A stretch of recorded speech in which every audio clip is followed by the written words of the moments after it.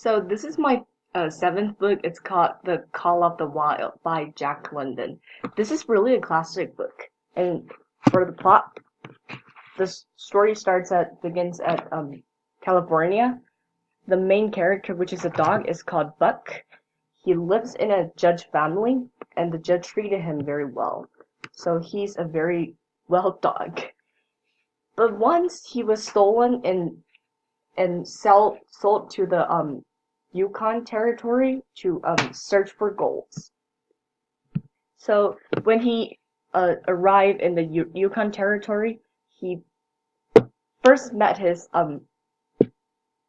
powerful enemy who's called Spitz, and for like for a short while he just killed him and become the leader there. And Buck, who's the sledge dog, they have a lot of like master, and one of his masters is called Thrunton, and Buck saved his life for like several times.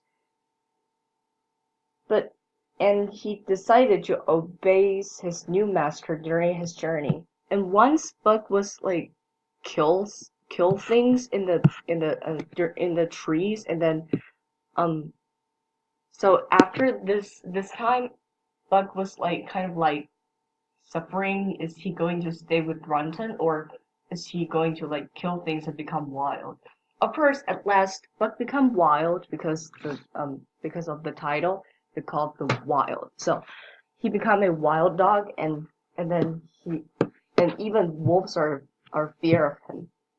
So this book is very classic. Like the whole world knows this book, and I recommend it because I really like animals, and I think Buck is like a domestic dog, and he's wonderful though. And this this book used a point of view of Buck, and who is really Jack London is really good at describing animals, and that's it.